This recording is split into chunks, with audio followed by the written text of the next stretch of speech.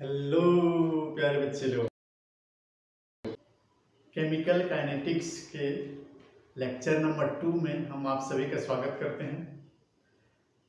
पिछला वीडियो में हम लोगों ने देख लिया था अभिक्रिया दर की परिभाषा, उसको कैसे लिखा जाता है, कैसे रिप्रेजेंट किया जाता है मोल्स के साथ में, और उसको कैसे ग्राफीय निरूपण हम कर सकते हैं।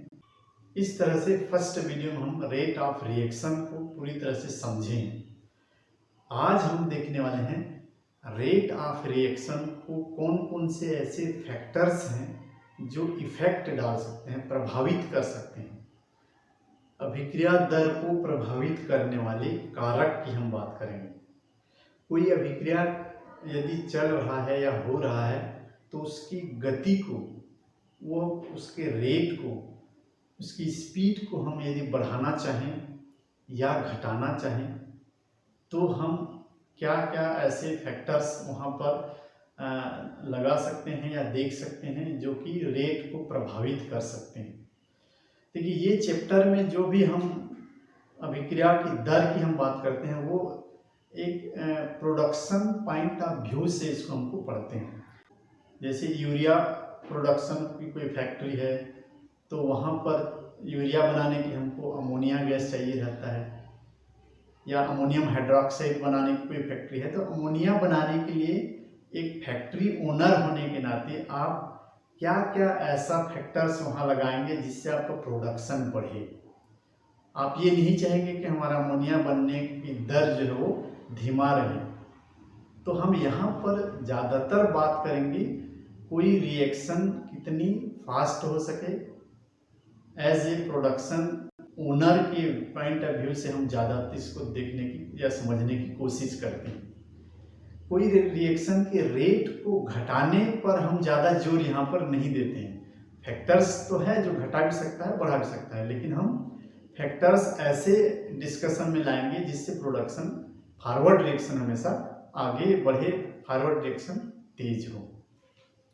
तो देखिए, यहाँ पर हम अभिक्रिया दर को प्रभावित करने वाले 8 फैक्टर्स को लिखे हैं, और ये जो जिस क्रम में लिखे हैं इसको अपने हिसाब से हम इसको सुंदर ढंग से जमा दिए हैं। जैसे जैसे नीचे की ओर हम जाते जाते हैं उसकी डेप्थ बढ़ती जा रही है।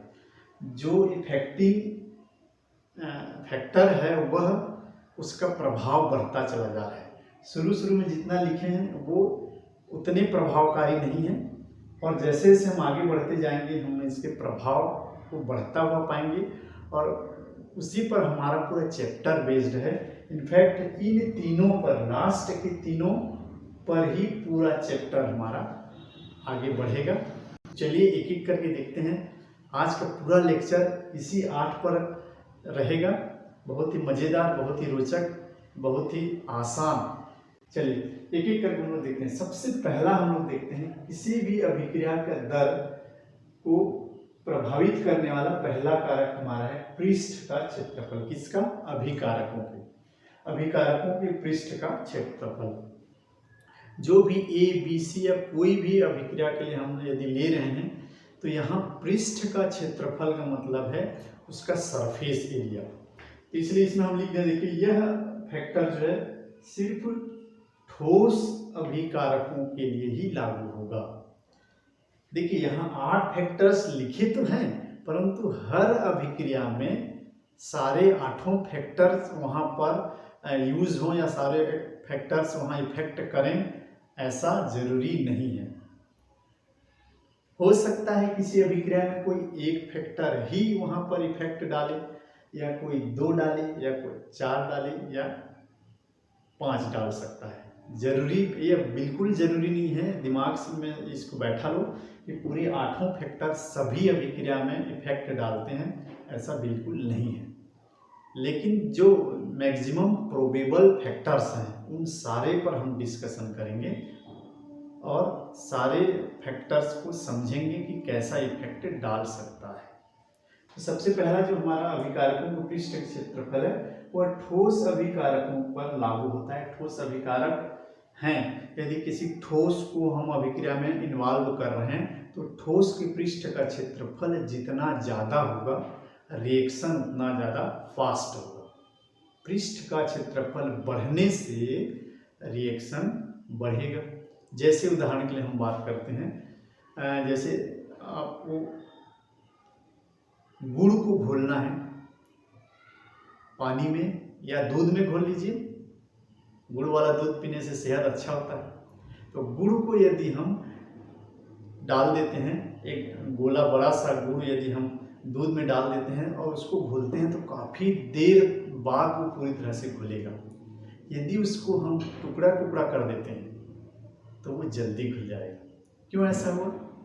क्योंकि एक बड़ा सा गोला था गुड़ का, तो उसका पृष्ठ का क्षेत्रफल केवल उसके बाहरी सरफेस हो रहा था, जहाँ पानी या दूध के मॉलिक्यूल वहाँ केवल ऊपरी सतह पर ही जा पा रहे थे। लेकिन जैसे ही उसको हम टुकड़ा करते हैं, मान लीजिए हमारा एक गुड़ है, तो अभी मिल करके मॉलिक्यूल सिर्फ यहाँ पर जा रहे हैं।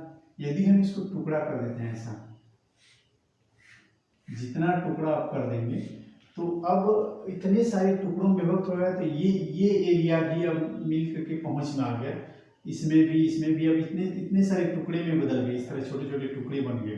तो जितना छोटा छोटा टुकड़ा में कन्वर्ट हो रहा है, उसमें इतने ज़्यादा दूध के अणु या पानी के अणु उसके चारों तरफ सराउंड हो पा रहे हैं, घोल पा रहे हैं, तो इसलिए वह आसानी से घुल जाता है। शुगर क्यूब भी एक बड़ा वाला भी होता है ऐसा, और छोटे छोटे क्यूब होते हैं। शक्कर को भी यदि बड़ा वाला दाना को आप घोलोगे, बड़ा क्रिस्टल को घोलोगे, तो थोड़ा लेट में घुलेगा, छोटा क्रिस्टल जल्दी घुलेगा। कहने का मतलब होता है, ठोस को यदि हम चूर्ण कर देते हैं, बारीक कर देते हैं, तो ज़्यादा से ज़्यादा सरफेस ओपन हो जाता है रिएक्शन के लिए। तो जितनी ज़्यादा सरफेस खुलेंगी उतना ज़्यादा रिएक्शन फास्ट होगा। तो पृष्ठ अभिकारकों के पृष्ठ का क्षेत्रफल बढ़ाने पर अभिक्रिया की दर बढ़ जाता है। ठोस अभिकारकों पर यह लागू होता है। ओके, दूसरा हम देख लेते हैं। ये हो गया कंप्लीट, बड़ी आसानी से। दूसरा हम देखते हैं pH value. PH value of solution. यहाँ पर भी हम यहाँ पर लिखते हैं, यह केवल द्रव माध्यम में होने वाली अभिक्रियाओं के लिए लागू होगा। कुछ रासायनिक अभिक्रियाएं ऐसी होती हैं जो लिक्विड फॉर्म में होते हैं, तो वहाँ पर लिक्विड में या जो माध्यम है, जिस माध्यम में अभिक्रिया हो रहा है, उसमें कई बार ऐसा होता है कि उसका पीएच फिक्स होना चाहिए। फिक्स पीएच पर ही रिएक्शन कराते हैं, तो हमारा प्रोडक्ट जो है वो सही होता है, अच्छा होता है या जल्दी होता है। तो वहाँ पर हम निश्चित पीएच वाला बफर विलयन वहाँ पर चयन करेंगे और हम अपने रिएक्शन को सही रेट पे ले जाएंगे, और जो प्रोडक्ट हम बनाना चाहते हैं वो प्रोडक्ट भी सही अच्छे तरीके से हमको प्रोडक्ट मिले। तो उसके लिए वहाँ पर पीएच जो है वो फिक्स होना चाहिए। तो एक निश्चित पीएच वाला बफर सॉल्यूशन हम वहाँ पर लेते हैं। तो वहाँ पर कोई भी पीएच का ले लेंगे तो हमारा रेट धीमा हो सकता है, हमारा जो प्रोडक्ट है वो क्वालिटी गिर सकता है। तो इसीलिए हमें वहाँ पर ऐसे अभिक्रियाओं में जहाँ द्रव माध्यम है या लिक्विड फेस में हो रहा है, तो वहाँ पर पीएच मेंटेन करना है, तो निश्चित पीएच वाला बफर सॉल्यूशन हम देते हैं। यह भी रेट को प्रभावित कर सकता है। ठीक, अब हम देखते हैं तीसरा वाला। ये हो गया। अब तीसरा हम देखते हैं अभिक्रिया का दाब। देखिए, अभिक्रिया का दाब भी हम यहाँ पर लिख दिए हैं, ओनली फॉर गैसियस रिएक्शन। देखिए, यह दाब का इफेक्ट जो है वो गैसीय अभिक्रियाओं के लिए होगा, गैसियस फॉर्म में होने वाले अभिक्रियाओं के लिए होगा। क्योंकि हम जानते हैं कि गैस के मॉलिक्यूल में प्रेशर जितना डालते हैं, गैस के अणु उतना पास पास आएंगे, और अणु के पास आने पर उनमें कोलिजन उतना ज़्यादा होगा, टक्कर उतना ज़्यादा होगा। जितनी ज़्यादा टकराएंगे अलग अलग गैसें, उतनी ज़्यादा प्रोडक्शन बढ़ेगा, उतनी ज़्यादा प्रोडक्ट बनेगा, जल्दी से जल्दी बनेगा। तो प्रेशर बढ़ाने पर हमारा रेट ऑफ रिएक्शन बढ़ जाता है। तो यह भी बढ़ाने पर बढ़ता है। तो गैसियस फॉर्म में होने वाले अभिक्रियाओं के लिए हमारा प्रेशर इफेक्ट काम करेगा। ज़्यादा से ज़्यादा प्रेशर रखेंगे तो हमारा रिएक्शन का रेट जो है वो बढ़ जाएगा। अगला हम देखते हैं विकिरण का प्रभाव, इफेक्ट ऑफ रेडिएशन। इसमें हम लिखते हैं केवल फोटो रासायनिक अभिक्रियाओं पर ये लागू होता है। कुछ अभिक्रियाएं ऐसे होते हैं जो फोटो सेंसिटिव होते हैं, फोटोकेमिकल रिएक्शन होते हैं जिसमें हमारा फोटान का वहाँ पर रोल होता है। कुछ अभिक्रियाएं ऐसी होती हैं जो अंधेरे में धीमी गति से चलते हैं और लाइट में ले आओगे तो फास्ट में लगते हैं, और तो लाइट का इफेक्ट उसकी इंटेंसिटी जितनी ज़्यादा बढ़ाते हैं, प्रकाश की तीव्रता जितनी हम बढ़ाते जाएंगे वह रिएक्शन उतना फास्ट होते जाएगा, उसका अभिक्रिया का रेट जो है बढ़ता चला जाएगा। इसका एक बहुत ही फेमस रिएक्शन है फोटोकेमिकल रिएक्शन में, देख लीजिए उसको, हाइड्रोजन और क्लोरीन की क्रिया से HCl गैस का बनना, H2 + Cl2 2HCl। तो देखिए ये यदि अंधेरे में होता है, यदि इसको हम अंधेरे में करते हैं तो बहुत ही धीमा गति से होता है, रेट ऑफ रिएक्शन बहुत ही स्लो होता है। तो हम नहीं चाहेंगे कि हमारा जो प्रोडक्शन जो है वो धीमा चले, हमें घाटा हो, तो हम चाहेंगे कि इसको हम फोटान दे करके उसके रेट को बढ़ा सकते हैं। यही अभिक्रिया यदि हम सनलाइट के प्रेजेंस में होता है तो यह जो होता है वो फास्ट होता है, तेज होता है, तीव्र गति से चलता है। तो यहाँ पर लिखा हुआ रहता है कई बार सनलाइट ना लिख करके H लिखा हुआ होता है। ये H क्या है भाई? ये H हमारा फोटान है। ये क्या है? हमारा फोटान। प्लांक का फोटान सिद्धांत, क्वांटम सिद्धांत हम पढ़ चुके हैं, आपको पता होगा। H जो होता है वो फोटान की एनर्जी होता है। तो जैसे जैसे प्रकाश की इंटेंसिटी बढ़ाते हैं, प्रकाश की तीव्रता बढ़ाते हैं, मतलब जैसे यदि लाइट की बात करें, 50 वाट का यदि हम लाइट है तो उसकी तीव्रता जितनी है, यदि 100 वाट का लाइट वहाँ लगा देंगे तो उसकी तीव्रता बढ़ जाता है। तीव्रता बढ़ने का मतलब होता है नंबर ऑफ फोटॉन्स बढ़ जाता है। तो यह रिएक्शन में जितनी ज़्यादा नंबर ऑफ फोटॉन्स होंगे, जितनी ज़्यादा H होगा, वह रिएक्शन उतनी तेजी से होगा। और इस रिएक्शन की बहुत ही खास बात बता दूं, एक मज़ेदार बात बता दूं कि यह रिएक्शन ऐसा है जो इस फोटान पर डिपेंड करता है। आगे हम लोग देखेंगे इसको, कैटेलिस्ट का प्रभाव। तो ये है इनकी सांद्रता पर डिपेंड नहीं करता, जितना ज़्यादा फोटान होगा और रिएक्शन करेगा उतना ज़्यादा होता है। बहुत ही महत्वपूर्ण, बहुत ही इंटरेस्टिंग सा रिएक्शन होता है ये। तो फोटोकेमिकल रिएक्शन जितने होते हैं, जो प्रकाश रासायनिक अभिक्रियाएं होती हैं, उनमें यह लागू होता है कि उसमें यदि प्रकाश की तीव्रता बढ़ता है तो प्रकाश की तीव्रता बढ़ने से अभिक्रिया का रेट जो है वो बढ़ जाता है। तो ये हो गया हमारा विकिरण का प्रभाव। अगला हम देखते हैं अभिकारकों की प्रकृति। ये इनका इफेक्ट बहुत मजेदार है, बहुत ही बृहद। नेचर ऑफ रिएक्टेंट्स पर जितनी ज़्यादा चर्चा कर सकते हैं, करते रहेंगे तो भी खत्म नहीं होने वाला है। नेचर पर बहुत ज़्यादा डिपेंड करता है। देखिए नेचर पर हम डिपेंडेंसी को हम देखेंगे तो हम इसको अलग से हम समझते हैं।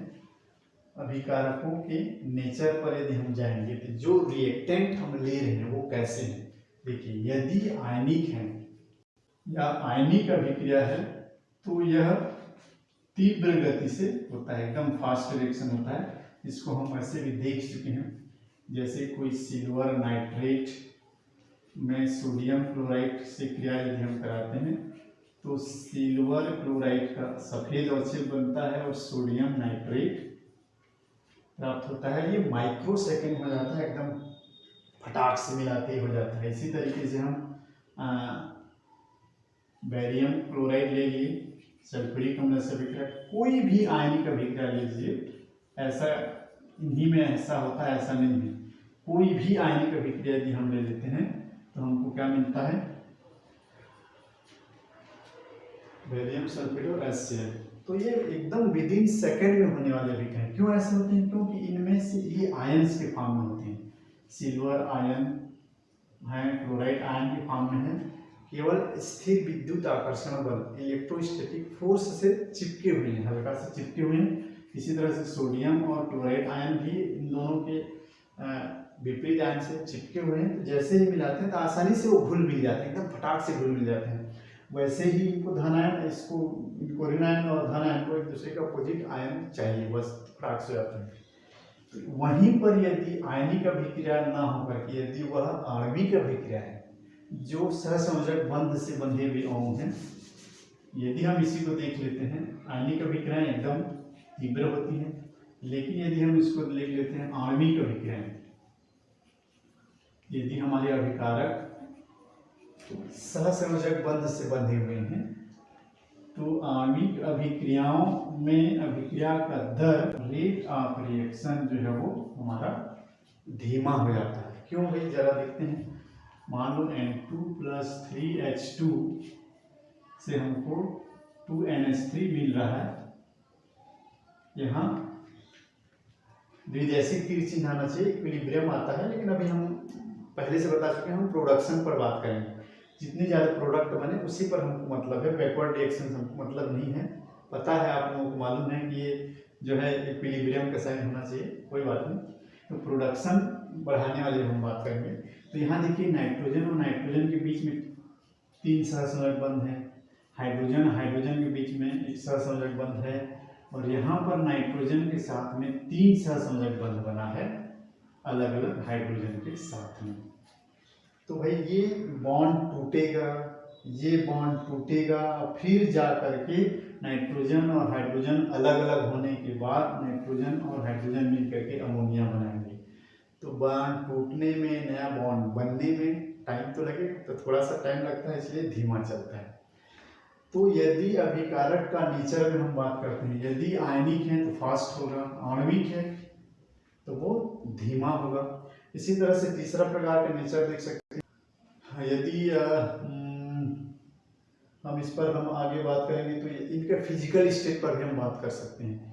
यदि इनकी भौतिक अवस्था की हम बात करें, अभिकारकों की भौतिक अवस्था, तो यदि अभिकारक गैसियस फॉर्म में है तो अभिक्रिया तेज होता है। तीसरा इस पर हम बात कर लेते हैं, सी, फिजिकल स्टेट, भौतिक अवस्था। अभिकारकों की भौतिक अवस्था पर भी रेट ऑफ रिएक्शन डिपेंड करेगा। यदि गैस है, यदि सबसे पहले तो ये देख लेते हैं हम लोग, गैसों में रिएक्शन फास्ट होता है, उसके बाद उससे थोड़ा धीमा गति से द्रव में होगा, इसके बाद सबसे स्लो होता है किसमें, ठोस में। गैसों में सबसे फास्ट होता है, उसके बाद द्रव में होगा, उसके बाद गैस में। इसके बाद इसको हम और भी क्लासिफाइड कर सकते हैं। यदि होमोजीनस हो रहा है, समांगी हो रहा है, मतलब गैस की अभिक्रिया होगा तो फास्ट होगा। वो गैस आसानी से एक दूसरे में घुल मिल जाते हैं, आसानी से एक दूसरे की जगह को ले लेते हैं। द्रव है तो थोड़ा सा फास्ट होगा। अब उसमें हम एक दूसरी बात देख सकते हैं, यदि विषमांगी है तो गैस की तुलना में गैस और द्रव का जो रेट ऑफ रिएक्शन है थोड़ा स्लो होगा, गैस और ठोस का रेट ऑफ रिएक्शन स्लो होगा, द्रव और ठोस का रेट ऑफ रिएक्शन स्लो होगा।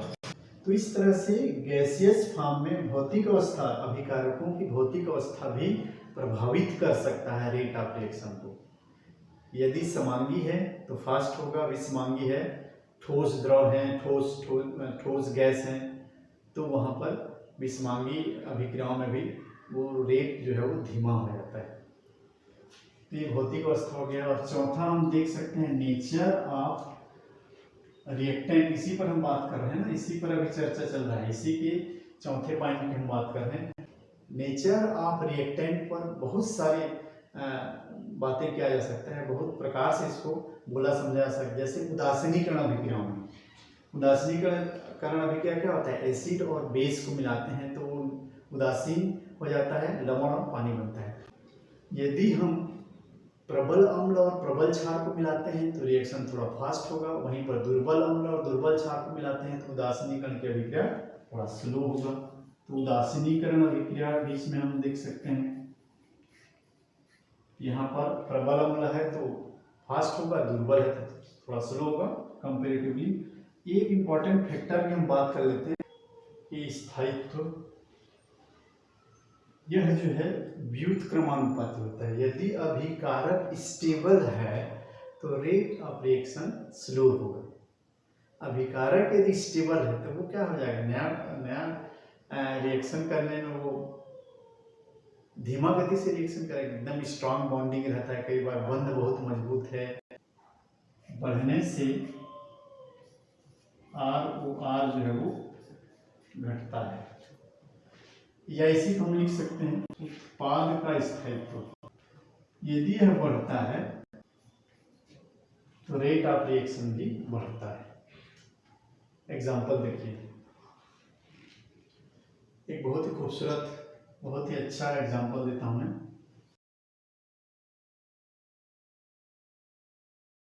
देखिए, ये है एसिटिक एसिड,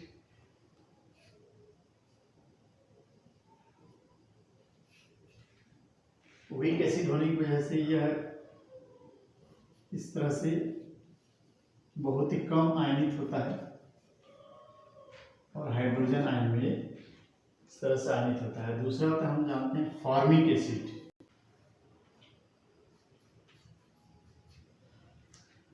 अब देखिए, इन दोनों में किसका रिएक्शन फास्ट होगा, कौन आसानी से आयनित हो जाएगा।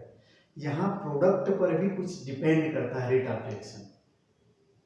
हालांकि हम यहाँ पूरी जो चैप्टर में हम अभिकारकों के कंसंट्रेशन, अभिकारकों के नेचर पर, अभिकारक पर ही पूरा बेस्ड रहेगा और अभिकारक की 95-98% अभिकारक पर ही डिपेंड है। लेकिन कुछ रिएक्शन होता है कभी कभी जो प्रोडक्ट पर भी डिपेंड करता है, बहुत रेयर देखने को मिलेगा लेकिन होता है। जैसे उसको उदाहरण ये है एसीटेट आयन, ये है फॉर्मिक आयन। तो चूंकि दोनों में एसीटेट आयन, दोनों में ऋण आयन है, दोनों अनस्टेबल हैं, दोनों चाहते हैं कि शरीर का बोझा हट जाए, लेकिन एसीटेट आयन और फॉर्मेट आयन में कौन ज्यादा स्टेबल है? तो जो ज्यादा स्टेबल आयन होगा वह रिएक्शन फास्ट होगा। तो यहाँ पर जरा ध्यान दीजिए, आप सबको पता होगा ये मेथिल समूह जो होते हैं ये प्लस आई इफेक्ट डालते हैं। तो प्लस आई इफेक्ट डालने की वजह से ये क्या करते हैं, ये इस तरफ और इलेक्ट्रॉन धकेलते हैं, ये इलेक्ट्रॉन डोनेट करने वाले ग्रुप होते हैं। तो ये मेथिल जो प्लस इफेक्ट डालता है वह इलेक्ट्रॉन इस ओर और पुश कर देता है और धकेल देता है। तो ये एसीटेट आयन का सिर का बोझा तो और बढ़ रहा है ना, वो नहीं चाहता है कि वो उसकी ओर और इलेक्ट्रॉन आए, वो तो चाहता है अपना बोझा हटा दे, तो उसकी तरफ और बोझा डालो, इसकी तरफ इलेक्ट्रॉन और जा रहा है। तो यह क्या हो रहा है, अनस्टेबल हो रहा है। तो अनस्टेबल कंपाउंड होने की वजह से, अनस्टेबल आयन में बदलने की वजह से यह रिएक्शन इसकी तुलना में थोड़ा सा धीमा होता है। और इस पर यदि हम बात करेंगे तो ये हाइड्रोजन किसी प्रकार के इलेक्ट्रॉन ना तो देता है ना तो लेता है, प्लस आई ना माइनस आई इफेक्ट। तो इस वजह से इसका जो आयन है, यह ऋण आयन है, इसकी वजह से फॉर्मेट आयन ज्यादा स्टेबल है इसकी तुलना में। इसकी तुलना में हम कर रहे हैं ना, वैसे तो दोनों अनस्टेबल है, लेकिन जब दोनों में कंपेयर कर रहे हैं तो हम इसकी तुलना में ये थोड़ा स्टेबल आयन है। तो stable ion, format ion stable होने की वजह से यह इसका जो रेट ऑफ आयनाइजेशन होगा यह थोड़ा फास्ट होगा और ये थोड़ा सा धीमा होगा। यदि हम इसका रेट को R2 लिख दें, इसकी रेट को R1 लिख दें, तो रेट जो है वो फास्ट होगा इसकी तुलना में। रीजन यह क्या मेरा, प्रोडक्ट की स्टेबिलिटी भी रेट ऑफ रिएक्शन को इफेक्ट कर सकता है। स्थायी उत्पाद बनेगा तो फटाक से हो जाएगा और रेट ऑफ रिएक्शन स्थायी बनने पर फास्ट होता है। तो अभिकारक यदि स्थायी है तो प्रोडक्ट बनना नहीं चाहेगा तो रेट धीमा होगा। उत्पाद यदि स्थायी है तो फटाक से उत्पाद बनना चाहेंगे तो रेट ऑफ रिएक्शन फास्ट हो जाता है। तो ये हो गया हमारा अभिकारकों की प्रकृति से संबंधित हम 5 प्रकार के उसके नेचर को हम डिस्कस कर लिए हैं, सफिशिएंट है। इसी पॉइंट पर हम लोगों ने लंबा डिस्कशन किया है। अगला हम देखते हैं उत्प्रेरक की उपस्थिति। प्रेरक उकसाने वाले, छेड़खानी करने वाले, प्रेरित करने वाले उत्प्रेरक जो है हमारे लाइफ में भी बहुत काम के होते हैं, जो हमें प्रेरित कर सके, हमें जगा सके, हमें किसी काम को करने के लिए हिम्मत दे सके, इसको हम कहते हैं उत्प्रेरक। उत्प्रेरक का बड़ा रोल है। देखिए, उत्प्रेरक तो वैसे 2 प्रकार के कहे जाते हैं। कुछ उत्प्रेरक ऐसे होते हैं जो कुछ रिएक्शन के रेट को बढ़ा देते हैं और कुछ उत्प्रेरक ऐसे होते हैं जो रिएक्शन के रेट को घटा देते हैं। तो हम रेट को घटाने वाली पर कोई चर्चा हम यहाँ नहीं करेंगे। पूर्व में बताया जा चुका है कि हम यहाँ पर प्रोडक्शन बढ़ाने पर ही ध्यान रखेंगे, क्यों बढ़ता है। उत्प्रेरक की क्रियाविधि को हम कुछ इस तरह से समझ सकते हैं ग्राफ के माध्यम से। ये देखिए एनर्जी, ऊर्जा और क्रियापथ के बीच यदि हम ग्राफ खींचें तो कोई भी अभिक्रिया में कुछ इस तरीके से हमको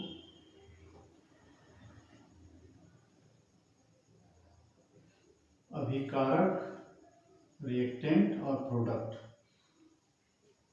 या तो इस तरीके से ग्राफ मिलता है या हमको कुछ इस तरीके का ग्राफ मिलता है ऐसा। यहाँ रिएक्टेंट की एनर्जी कम है, प्रोडक्ट की एनर्जी ज़्यादा है। रिएक्टेंट की एनर्जी ज़्यादा है, प्रोडक्ट की एनर्जी कम है। तो हम यहाँ देखेंगे इसमें उत्प्रेरक का क्या रोल है। तो कोई भी रिएक्टेंट जो है प्रोडक्ट में बदलने के लिए ऐसे ही नहीं बदलते हैं, उनको एक निश्चित एनर्जी बैरियर को पार करना पड़ता है।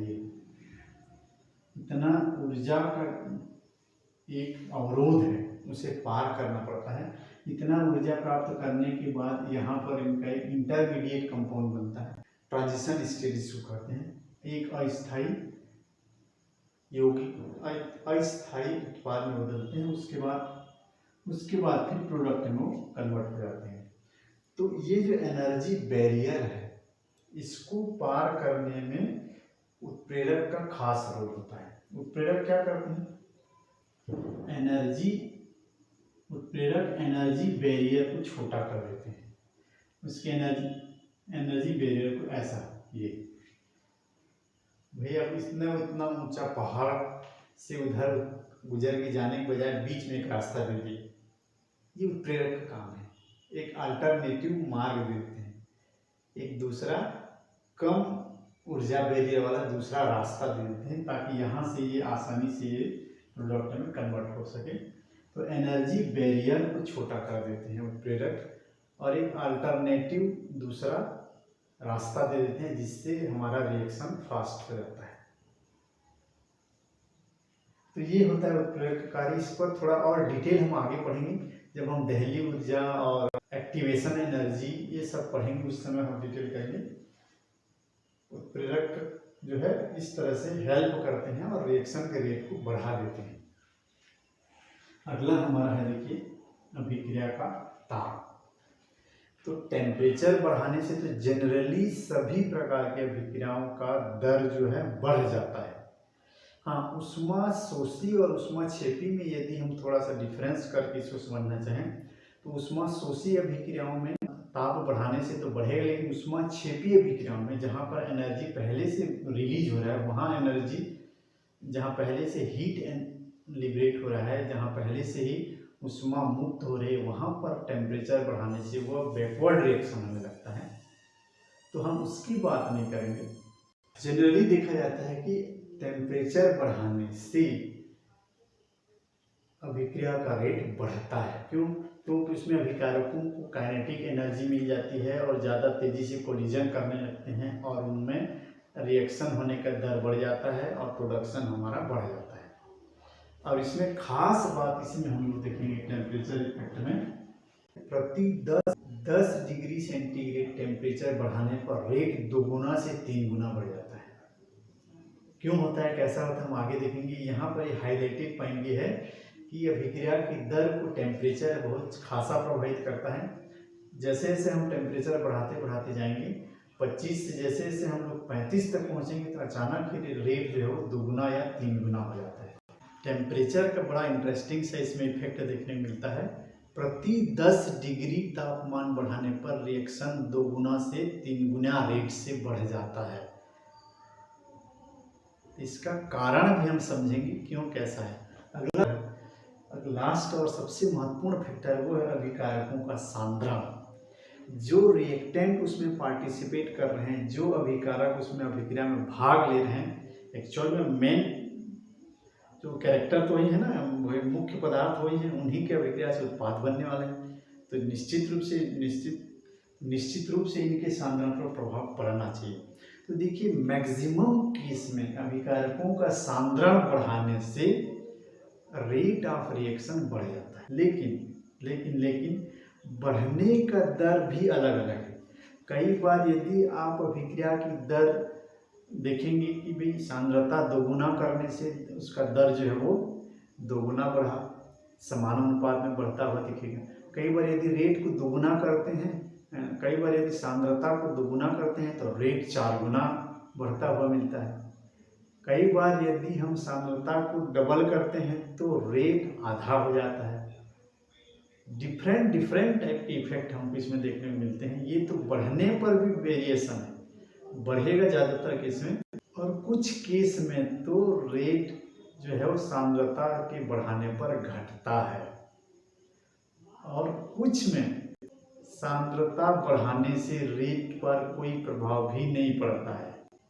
कुछ में तो ऐसा है अभिक्रिया का दर जो है वो सांद्रता पर निर्भर ही नहीं करता है।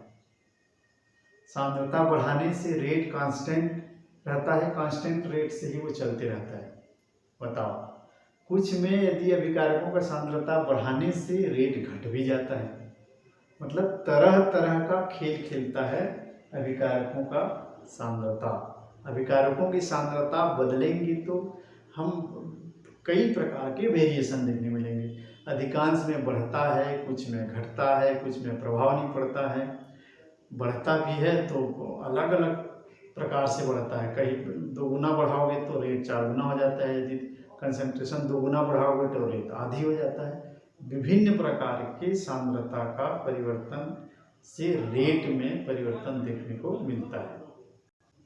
सांद्रता के परिवर्तन से रेट में कई तरह से बदलाव देखने को मिलता है, कई प्रकार से प्रभावित करता है, और पूरा चैप्टर इसी पर सबसे ज़्यादा हमको देखने को मिलेगा। सबसे ज़्यादा खेल अभिकारकों की सांद्रताओं के द्वारा खेला जाता है, रेट को बदला जाता है। उसी को हमको पूरे चैप्टर में पढ़ना है, समझना है। इसलिए हम आपको बोले थे जैसे जैसे ऊपर से नीचे आएंगे ये प्रभावकारी कारकों का जो गहराई बढ़ता जाएगा, उसका प्रभाव बढ़ता जाएगा। तो सबसे ज़्यादा प्रभाव डालता है अभिकारकों का सांद्रण, फिर ताप का प्रभाव, उसके बाद कैटलिस्ट, उसके बाद प्रकृति, फिर इनका जो है एक विशेष प्रकार की अभिक्रियाओं में ये प्रभावित करते हैं। तो एक बार हम थोड़ा सा समराइज कर लेते हैं। पृष्ठ का क्षेत्रफल यदि बढ़ जाए, ये बढ़ता है तो रेट ऑफ रिएक्शन जो है ये भी बढ़ जाता है। पीएच वैल्यू, पीएच तो ऐसा है फिक्स करके रखना पड़ता है भाई, उस बिलियन के लिए जितना पीएच है उतना बिलियन के लिए पीएच जो है मेंटेन करके रखेंगे। गैसीय अभिक्रियाओं में दाब बढ़ाने से, गैसीय अभिक्रियाओं में यदि हम दाब बढ़ाते हैं तो रेट ऑफ रिएक्शन भी बढ़ जाता है। विकिरण में फोटॉन इफेक्ट बढ़ाने से रेट ऑफ रिएक्शन भी बढ़ जाता है। अभिकारकों की प्रकृति डिफरेंट इसमें हम लोगों ने देखा है कि आयनिक होगा तो बढ़ जाता है, आणविक होगा तो घट जाता है। प्रोडक्ट यदि स्थायी है तो रेट फास्ट होता है, प्रोडक्ट यदि अस्थायी है तो धीमा होता है। अभिकारक यदि अनस्टेबल है तो रेट बढ़ जाता है। अभिकारक स्थायी है तो रेट घट जाता है।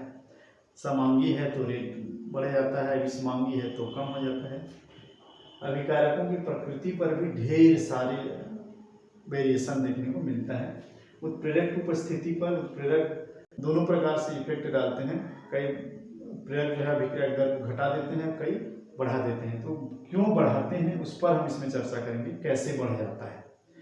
और उसके बाद अभिक्रिया का ताप बढ़ाने पर रेट ऑफ रिएक्शन जो है जनरली बढ़ जाता है, ROR जो है वो बढ़ता है। इसी पर हम चर्चा करेंगे। और अभिकारकों की सांद्रण बढ़ाने पर मैक्सिमम केस में रेट ऑफ रिएक्शन भी बढ़ जाता है। तो ये सभी कारक हैं जो किसी भी अभिक्रिया की दर को प्रभावित कर सकते हैं। तो ये सभी को अच्छे से देखिए, समझिए। इंपॉर्टेंट क्वेश्चन है, आता है, पूछा जाता है, अलग अलग तरीके से पूछा जाता है। तो आज के लिए बस इतना ही रखते हैं, मिलते हैं अगले वीडियो में। तब तक के लिए गुड बाय, गुड लक।